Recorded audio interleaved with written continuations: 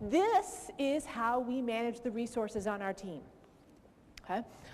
This is a second generation approach. This is actually not classical agile, but we call this an SPM, sanity protection measure.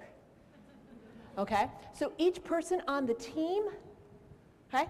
Michelle just walked in the back of the room. Michelle is hot pink.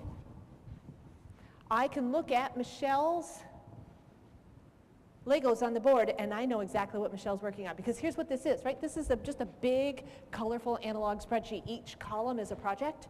Each row is a week. At the intersection of those, we'll deal with specific concrete tasks to manage, and we're going to get to that in a minute, okay? But I know, right? So imagine in your mind a Lego. A 2x4 rectangular Lego block has 8 little bumps. My goodness, there's 8 hours in a standard workday.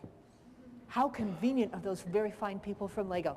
Right? So if I work 5 days a week on this project, I start with, in this bin, the equivalent of 5 2x4 Lego blocks. If I only work 3 days a week, I start the week with 3